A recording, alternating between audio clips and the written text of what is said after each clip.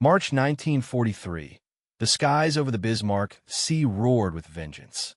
A Japanese convoy, 8 transports and 8 warships strong, carved its way through stormy waters, carrying thousands of troops meant to crush Allied resistance in New Guinea. To Tokyo, it was just another mission of conquest. To America, it was an opportunity to strike back with something the world had never seen before. At 10,000 feet, bombers had failed. The enemy's ships moved too fast, too low, too heavily armed. So one pilot decided to break every rule. He dove straight into the forbidden zone, just 200 feet above the sea, so low that his plane's belly nearly kissed the waves. At that range, his bomb wouldn't drop, it would skip like a stone across the water and detonate at the hull. In 3 days, the ocean would burn. In 3 days, 12 Japanese ships would vanish beneath the waves. And in those 3 days, a new era of air warfare was born, forged by courage, desperation, and one man's refusal to fly by the book. Because sometimes, victory doesn't come from following orders. It comes from breaking them. Before we dive into this incredible battle, take a breath and imagine being in that cockpit, the alarm screaming, the flak exploding around you, the ocean rising fast beneath your wings. Stay with me, because what happened next didn't just rewrite the rulebook of war. It rewrote history itself. Now, let's go back to the skies over the Bismarck Sea. March 1st, 1943. The Bismarck Sea, a stretch of dark, restless water between New Britain and New Guinea. For the Japanese Imperial Navy, it was a lifeline. For the Americans, it was a trap waiting to be sprung. At dawn, under heavy cloud cover, a convoy of 16 ships left the port of Rabaul. 8 transport vessels carried nearly 7,000 troops, along with tanks, ammunition, and supplies, all bound for La, a critical Japanese stronghold on New Guinea's northern coast. Protecting them were 8 destroyers, sleek and deadly, armed to the teeth with anti-aircraft guns. Tokyo believed the convoy was unstoppable. They had sailed through storms before. But this time, the sky itself was the enemy. In Port Moresby, General George C. Kenney, commander of the Allied 5th Air Force, studied the convoy's intercepted coordinates. Thanks to a broken Japanese code, his intelligence officers had pinpointed the exact time and route of the enemy's move. Kenney looked at his air crews, men from America and Australia, tired, hungry, but burning with revenge. "Gentlemen," he said quietly, "we're going to hit them so hard they'll never come back." The plan was madness. Conventional high-altitude bombing had failed again and again. Bombs dropped from 10,000 feet scattered harmlessly into the sea. The ocean swallowed them before they even came close. But then came Major William G. Benn, a pilot who refused to accept failure.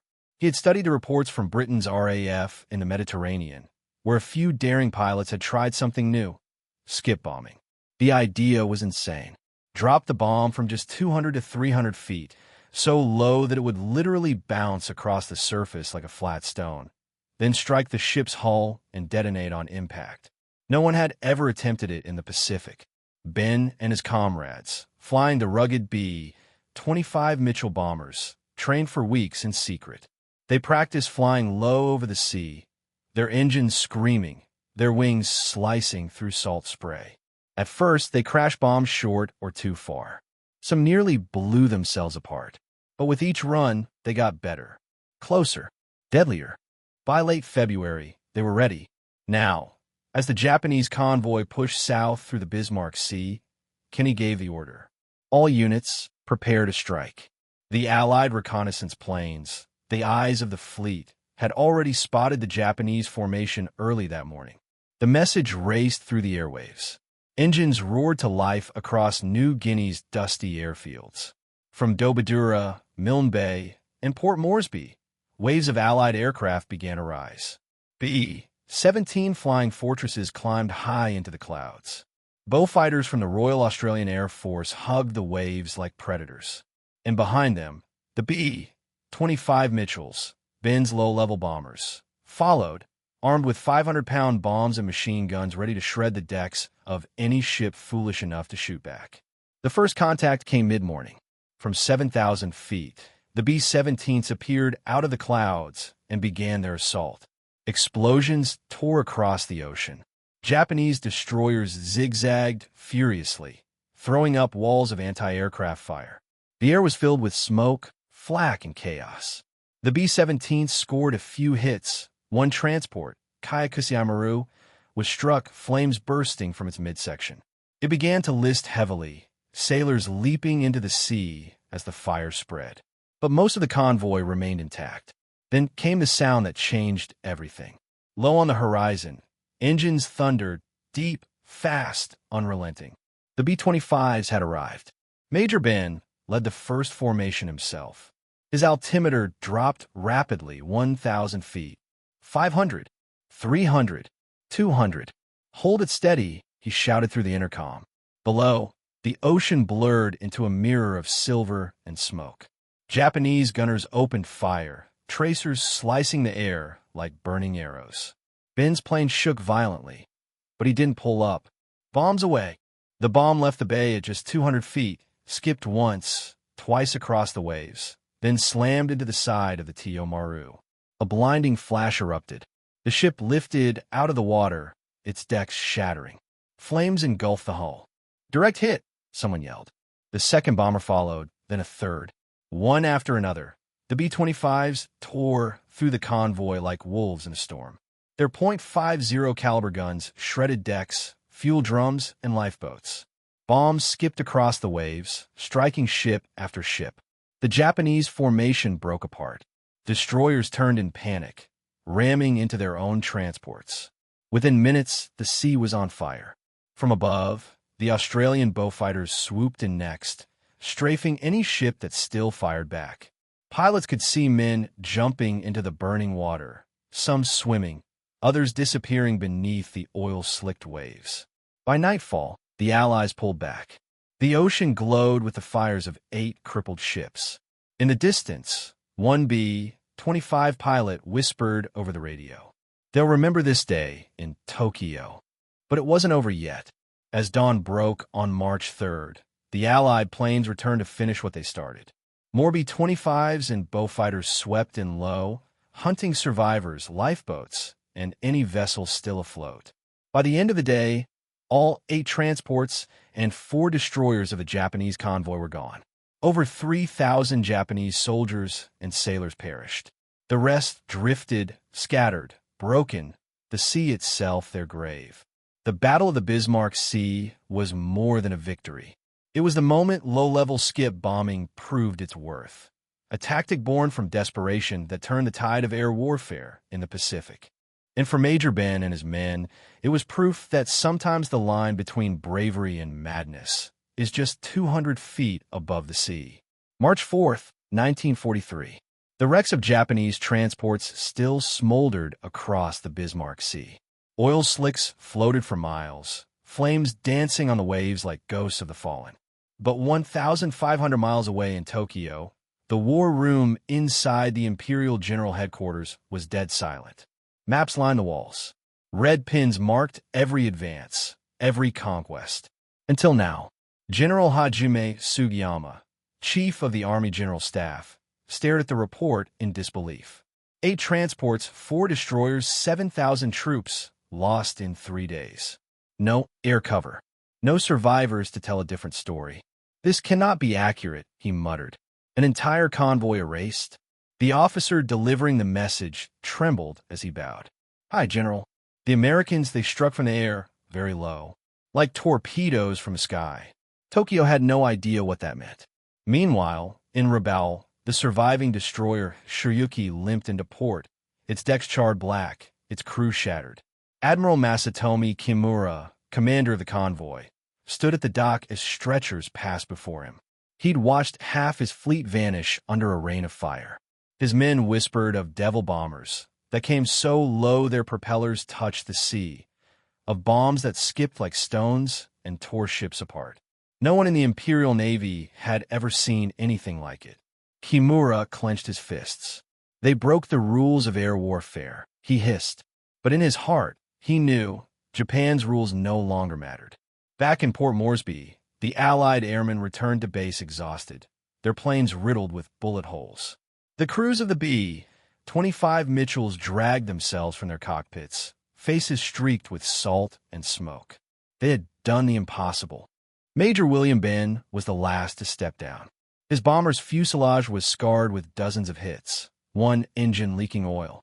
Yet he smiled. General Kenny met him on the tarmac. "You just rewrote the Manual of Air Warfare, Bill," he said. Ben simply nodded. "Sir, we got them all." That night, under the dim light of a single lantern, Ben wrote a report for Kenny's desk. He described the new low-level attack method, the exact angle of approach, bomb weight, timing, and range. At the top, he wrote one word: skip bombing, confirmed effective. Within weeks, Kenny's orders spread across the Pacific. Every bomber group was to train in this new technique. American engineers modified the B-25s, adding forward-firing machine guns, reinforced bomb racks, and stronger armor. They called the updated version the B-25G, and it would soon become the most feared low-level attack aircraft in the Pacific. Inside a dimly lit intelligence office, a young naval officer unfolded aerial photos captured by reconnaissance planes. He stared at the wrecks littering the Bismarck Sea. "It was not luck," he whispered. "It was design." Japan's military analysts studied every scrap of data, desperate to understand how the Allies had executed such a perfect ambush. They increased anti-aircraft defenses, repositioned convoys, and ordered new fighter patrols, but it was too late. The myth of Japan's naval invincibility had been shattered. For the Allied forces, the morale boost was electric. Radio operators in Australia transmitted the news across the Pacific. Enemy convoy annihilated off New Guinea. Air power victorious. In the streets of Sydney, people cheered. Newspapers printed headlines in bold. "See battle won by aircraft." But inside the Allied camps, the pilots knew the cost. Several planes never returned.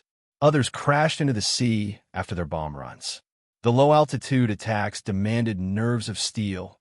One mistake, and you'd slam into the water at 250 miles an hour. For every success, there was a shadow. Major Ben became a legend among his men, the daring pilot who proved that innovation, not numbers, would win the Pacific. But even legends bleed. A few months later, Ben volunteered for a reconnaissance mission over the Solomon Islands. His plane vanished in a storm, never found. The man who invented skip bombing disappeared the same way he fought, into the clouds, over enemy waters. General Kenny wept when he received the telegram. "The bravest man I ever knew," he said softly. Then he turned to his staff. "Keep his method alive. Every new crew will learn what he taught us, flying low, hitting hard, and never backing off." By late 1943, skip bombing had become the Allies' secret weapon. From the Bismarck Sea to the Philippines, from New Guinea to the Solomon Islands, Japanese ships fell one after another. Convoys that once sailed with pride now scattered at the mere sound of distant engines. What began as a single pilot's defiance had become a doctrine of destruction. In a single operation, the Allies had done more than sink ships. They had changed the psychology of the war. For the first time, Japanese troops looked to the sky and felt fear. Their supply lines weakened. Their invasion slowed. And deep beneath the waves of the Bismarck Sea, the ghosts of that convoy whispered a lesson that echoed across every ocean. Never underestimate the man who dares to fly lower than anyone else. April 1943. In the blazing heat of Port Moresby, crews of the 5th Air Force gathered under a canvas tent. The air reeked of oil, sweat, and adrenaline. A chalkboard stood at the front. Scrawled across it, in thick white letters: "Low-altitude bombing, new procedure." A young lieutenant looked up from his notebook. "Sir, you mean we drop bombs under 500 feet?" The instructor, a grizzled major with a scar on his cheek, nodded. "You don't drop 'em, son. You skip 'em." Laughter rippled through the room. No one believed it at first, until the film reels began to roll. Explosions bloom across the sea. Ships vanish in sheets of fire. The camera shakes as low-flying bombers roar past. The narrator's voice booms over the footage. "Skip bombing. developed in the South Pacific, proven deadly against Japanese shipping, to be adopted fleet-wide immediately. The room fell silent. Every man watching knew what it meant. The war had just turned upside down. At air bases from Australia to the Solomon Islands, American and Australian pilots began their crash course in the new technique. Each day, they trained over the Coral Sea, dropping dummy bombs at floating barrels, learning to fly lower and lower until the sea spray kissed their windshields. The first lessons were brutal. Pilots misjudged their altitude, slammed bombs short, or clipped waves with their propellers. Instructors barked through radios. "Lower, Mitchell. You're too high." Again. By week's end, they were hitting targets with terrifying precision. The engineers modified their aircraft to match their new role. The B-25 Mitchells were stripped of excess weight. Nose turrets were replaced with 8 forward-facing .50 caliber machine guns. The bomb bays were reinforced, and new aiming sights were installed to help pilots judge the exact bounce distance. The men nicknamed their aircraft gunships. They weren't just bombers anymore. They were predators built to kill ships at point-blank range.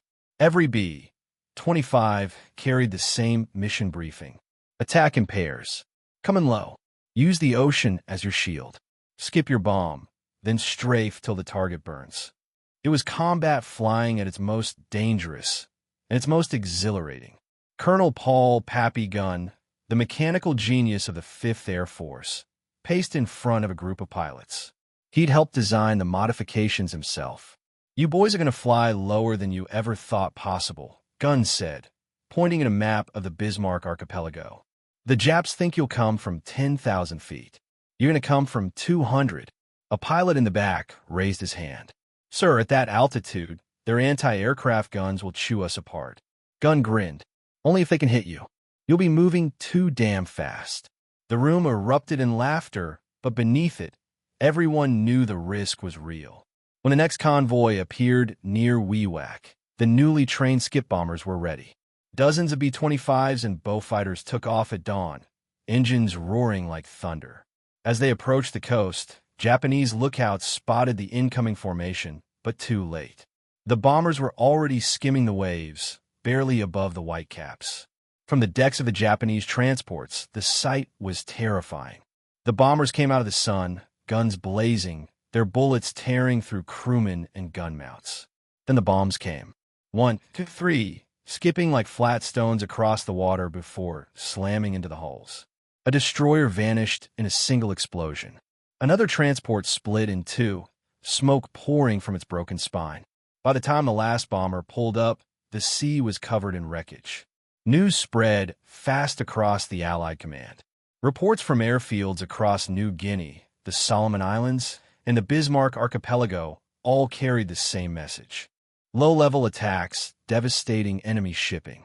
The success inspired other air forces to experiment.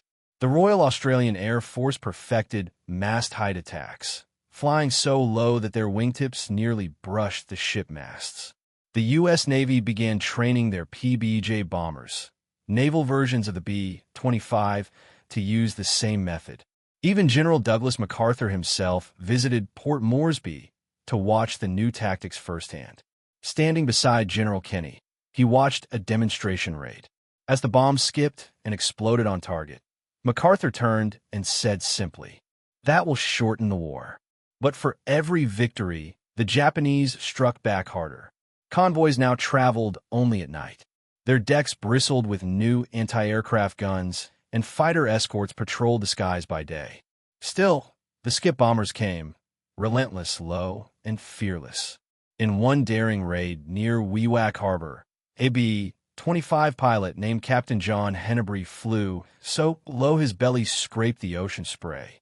Flak burst all around him, but he pressed on, his bombs skipping twice before slamming into a transport ship. The explosion flipped the vessel on its side, the blast wave shaking Hennebrey's plane like a leaf. He landed back at base with holes in his wings and a grin on his face. "Sir," he radioed, "skip bombing still works." By mid-1944, the Japanese merchant fleet was bleeding out. Allied aircraft had destroyed over 1,000 ships in the South Pacific using low-altitude attacks.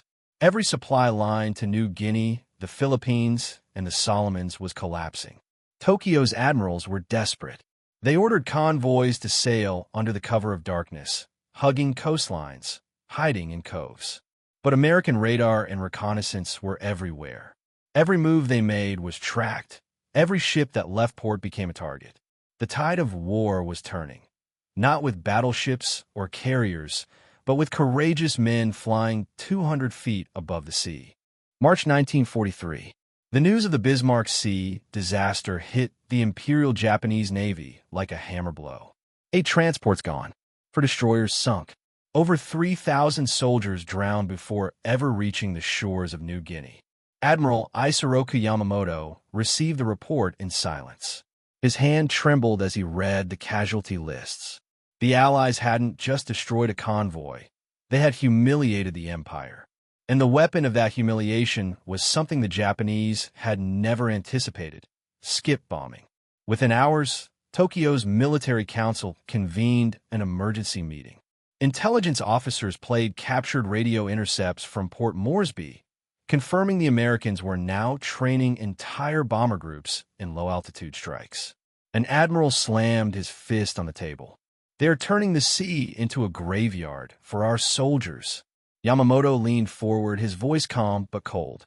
"Then we must make the sky their graveyard." Rows of Zero fighters gleam in the sun. Mechanics scramble. Pilots strap in. The Empire is striking back. New orders flood in from Tokyo. Increase fighter escort patrols over all convoys. Install quad-barrel Type 96 anti-aircraft guns on every ship. Equip destroyers with spotlights and radar detectors for night defense. And most of all, shoot down every low-flying bomber before it reaches striking distance. By mid-1943, the Pacific skies became killing fields. Where American B-25s once roared low and free, they now faced a wall of flak and interceptors. For every Japanese ship destroyed, an Allied bomber went missing. In one raid over WWII Harbor, Captain Charles Puckett's B-25 was hit by 20mm shells while lining up a skip bombing run. The right engine burst into flames. The cockpit filled with smoke. Puckett stayed on course, released his bomb, and obliterated a freighter at point-blank range before his aircraft exploded midair. The crew's sacrifice became legendary among the 5th Air Force. They called it the price of flying low. Back at Port Moresby, General George Kenney faced a new challenge. Skip bombing worked, but it was no longer safe. Japanese convoys now traveled only at night or under heavy storm cover. Their ships moved in tight formations, guns trained outward, ready for the next attack. Kenney gathered his top strategists and engineers. "Gentlemen," he said, pointing to a map dotted with red markers, "we forced them to fight in the dark. So now, we'll fight in the dark too." Radar units are installed on long-range bombers. Pilots trained to navigate by moonlight and instruments. B-25s receive black paint jobs and new call signs, night raiders. The mission: hunt Japanese convoys even when the sun disappears. It was a terrifying new form of warfare, silent, sudden, and relentless. Meanwhile, the Japanese Navy turned to desperation. They began constructing smaller, faster convoys, guarded by destroyers armed with radar and long-range guns. Pilots were ordered to fly their own anti-bomber patrols through the night skies, guided only by spotlights and intuition. One Japanese lieutenant wrote in his diary, "The Americans come from nowhere. We see only their shadows, and then the water explodes. We call them the ghosts of the sea." In late 1943, the ghost struck again. A convoy bound for Madong crept along the northern New Guinea coast. 8 ships, 2 destroyers, protected by fighters. They thought the night would shield them. It didn't. Radar aboard a patrolling B-24 Liberator picked them up at 2:17 a.m. Within an hour, waves of B-25 swept in at mast height, guns blazing. Tracer rounds tore through the night like lightning. Bombs skipped across the black surface, one after another, slamming into Japanese hulls with thunderous explosions. The sea became a sheet of fire. When the sun rose, 6 of the 8 ships were gone. The others drifted, burning, their survivors clinging to debris. The Japanese Navy's confidence shattered once again. By 1944, desperation turned to fanaticism. If ships couldn't survive Allied air attacks, then Japan would build planes that could not fail because they would never return. Enter the kamikaze. At a secret base near Leyte, the first volunteers were briefed. Their mission was simple: crash their planes into Allied ships before they could reach Japan's shores. It was the Empire's final, dreadful answer to skip bombing, one act of suicide against another's defiance. But before the kamikazes took to the skies, the skip bombers had one final act to perform. The sun rises over rows of B-25s and A-20 Havocs. Crews prepare for another assault, but this one is different. Their target, WWII, Japan's largest airbase in New Guinea. Kenny's orders were clear: erase it. The attack began before dawn. Hundreds of bombers came in at treetop height, strafing the runways, fuel dumps, and hangars. When the Japanese fighters tried to scramble, they were met by a hail of .50 caliber fire. Then the skip bombers arrived. They targeted hangars, revetments, and even parked planes, skipping bombs down runways like deadly stones. Each explosion tore through the base, sending black columns of smoke into the sky. By the time the raid ended, WWII was gone. Over 100 Japanese aircraft destroyed on the ground. The base, once Japan's fortress in New Guinea, was now just ash and twisted metal. General Kenny's after-action report was brief. Enemy air power in New Guinea eliminated. The victory marked a turning point. From that day, the Japanese would never again dominate the skies of the South Pacific. Their convoys sailed in fear, their bases burned, and their pilots, once the terror of the Pacific, were now hunted from above. A deep, solemn voice echoes: in war, every weapon is answered with another. But courage is the one weapon that never runs out of ammunition. The scene fades to black, the sound of waves rolling over steel. October 1944. The Allies had one objective: reclaim the Philippines.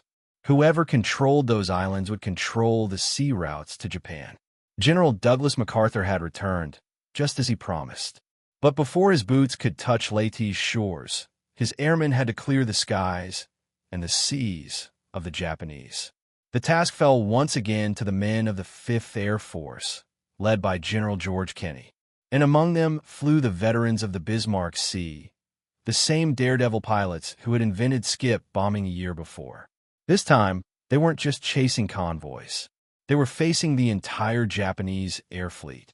At dawn on October 25, 1944, waves of B-25 Mitchells, A-20 Havocs, and P-38 Lightnings took off from New Guinea and Morotai.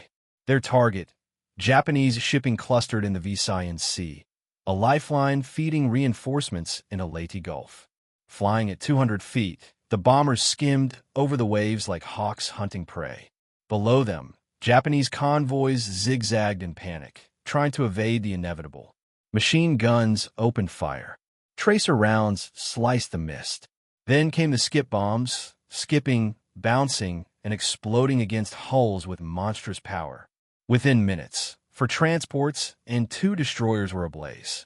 The sea turned black with oil and fire. A radio operator aboard 1B-25 shouted, "Targets destroyed, returning to base." But another voice cut through the static. "Negative. More ships sighted southwest. Keep hitting them." They didn't stop. By midday, the 5th Air Force had sunk or crippled 9 ships in a single day, a record since the Bismarck Sea. And yet, for every victory, the resistance grew deadlier. From the mountains of Luzon and the jungles of Leyte, Japanese Zeros screamed into the skies. They weren't just intercepting anymore. They were diving to their deaths. It was the first full-scale wave of kamikaze attacks. A B-25 gunner named Sergeant Paul Igo recalled the terror in his journal. "They came straight at us. No evasive maneuvers, no fear. Just fire and metal. One hit a Liberator dead on. The sky turned into a sunburst. The Allies were stunned. For the first time, Japan was weaponizing death itself. But still, the skip bombers pressed on. Pilots rest under their planes, their faces streaked with oil and exhaustion. The air smells of salt and cordite. Colonel John Hennebrey, one of the original Bismarck Sea veterans, gathered his men. "We started this flying 200 feet off the deck," he said, "and we're going to finish it the same way. You hit those ships before they hit our boys on the beaches. That's the mission." That night, they went up again, flying through storm clouds, dodging tracer fire and lightning alike. In the darkness below, a massive Japanese supply convoy crept toward Ormoc Bay, carrying thousands of troops and ammunition for the Battle of Leyte. At 0300 hours, the bombers found them. Radar confirmed targets. Engines roared. The ocean lit up with muzzle flashes as the ships opened fire. The B-25s came in low, so low their propellers nearly sliced the waves. One pilot released his bombs at just 150 feet. They skipped once, twice, then slammed into the lead transport. A second later, the ship erupted in flames, the explosion illuminating the night like daylight. Gunfire crackled across the bay. A-20 Havocs strafed decks, cutting down gunners before they could reload. The smell of burning oil mixed with sea spray. By dawn, 8 Japanese ships were gone. The surviving pilots returned home on fumes. Bullet holes in every wing, fuel tanks nearly dry. But the beaches of Leyte were safe for another day. As the campaign raged on, the Japanese Navy's strength withered. Between October and December 1944, Allied air power destroyed over 400 enemy ships in Philippine waters, most by skip bombing and low-level strafing. Convoys that once supplied the Japanese army now lay twisted on the ocean floor.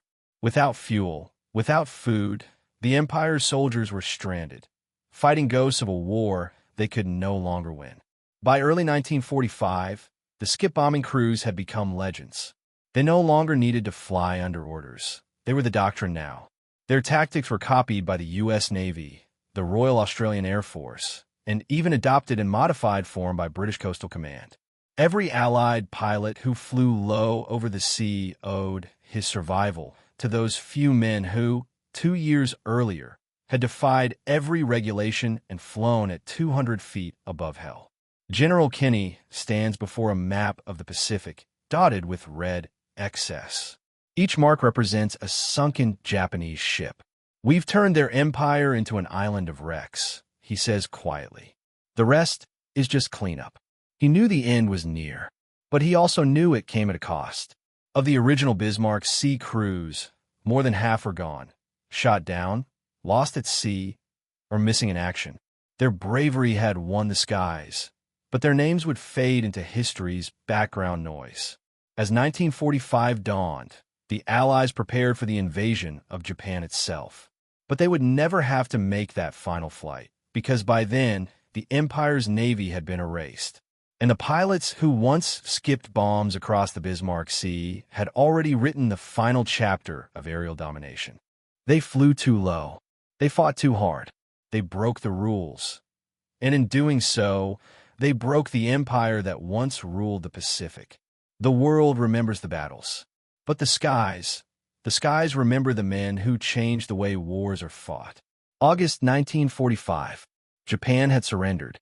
The empire that once ruled half of Asia was reduced to silence. The world celebrated peace, but for the men who fought at 200 feet, peace came with memories that never left. At bases across the Pacific, the B-25 Mitchells, A-20 Havocs, and Beaufighters sat idle under the tropical sun. Their wings bore the scars of hundreds of missions, bullet holes patched, engines worn to their cores. Their crews, the skip bombers, were legends now, though many never saw themselves that way. Major William G. Benn, the man who first proposed a low-altitude bombing run at the Battle of the Bismarck Sea, quietly returned home to Minnesota. General George Kenney was promoted to command the entire Far East Air Forces. Others, like Colonel John Hennebrey, stayed in the skies, training a new generation of pilots who would carry their legacy into the jet age. But the story of the skip bombers didn't end with World War II. Their courage and their defiance changed air warfare forever. Before them, bombing meant altitude, precision, mathematics. After them, it meant instinct. It meant flying so low you could smell the sea, feel the bullets whistle past your cockpit, and still keep your eyes on the target. The lessons they forged in blood became doctrine. Every low-level strike aircraft that followed, from the A-1 Skyraider in Korea to the A-10 Thunderbolt II in Iraq, carried the DNA of those 200-foot bombers. The concept of terrain-hugging flight, of close air support, and anti-shipping strike tactics, all born from one insane idea over the Bismarck Sea. They were young, most barely 25. They had no computers, no radar guidance, no armor to save them. Just courage, a compass, and the will to fly closer than anyone thought possible. A black and white photo fades in. A group of B-25 crews posing by their plane, the name Hell's Fury painted on the nose. Every man in that photo had flown through storms of steel and come back. Beneath the image, a line appears. 200 feet above the sea, 1943. After the war, historians asked how a handful of medium bombers could destroy so much of Japan's shipping power. The answer wasn't just technology, it was audacity. Skip bombing worked because someone dared to do what no one else would. Because one pilot, William Ben, looked at the ocean and thought, what if the sea itself could be our weapon? That thought turned into a tactic. That tactic turned into a revolution. And that revolution helped shorten the bloodiest war in human history. By 1945, Allied reports credited skip bombing and low-level strafing with sinking or crippling over 1,500 Japanese ships across the Southwest Pacific. More than any submarine campaign, more than any fleet engagement. It wasn't the size of the weapon that mattered. It was the courage of the man behind it. A drone camera glides over the rusted remains of ships near New Guinea and the Bismarck Sea. Coral reefs have grown through gun turrets. Sea life swarms where explosions once echoed. Nature has reclaimed the battlefield. A voice speaks over the quiet. Time buried their wrecks beneath the tide. But every ripple still tells their story. Today, military academies around the world still teach the Battle of the Bismarck Sea. It's remembered not just as a victory, but as an act of innovation born from desperation. The 200-foot bombing run remains a case study in how courage and creativity can turn the impossible into history. In U.S. Air Force archives, there's a faded note from General Kenny to his men. Never be afraid to try the unthinkable, because in war, the unthinkable often wins. Fade to slow-motion sequence. Low-flying B-25s glide across the ocean, their bombs skipping perfectly toward enemy ships. Each explosion lights the screen like thunder rolling through the heavens. Then silence. Just the ocean. Just the wind. A final voiceover begins, deep and cinematic. The closing narration that ties it all together. History remembers great battles. Midway, Leyte, Iwo Jima. But between them were the nameless fights. The pilots who flew too low, too fast, and too close to hell to ever be remembered properly. They didn't fight for medals. They fought for the man beside them. For a mission no one believed would work. Until it did. If you ever stand near the ocean, look at the waves. Somewhere beneath them lies the mettle and memory of men who refused to fly by the book. Men who saw the impossible and did it anyway. Their courage rewrote history. Their legacy rewrote warfare. So, the next time you face a challenge that everyone says can't be done, remember the pilot who flew at 200 feet over a sea of fire and won. Because sometimes history isn't written by the rules we follow, but by the ones we break.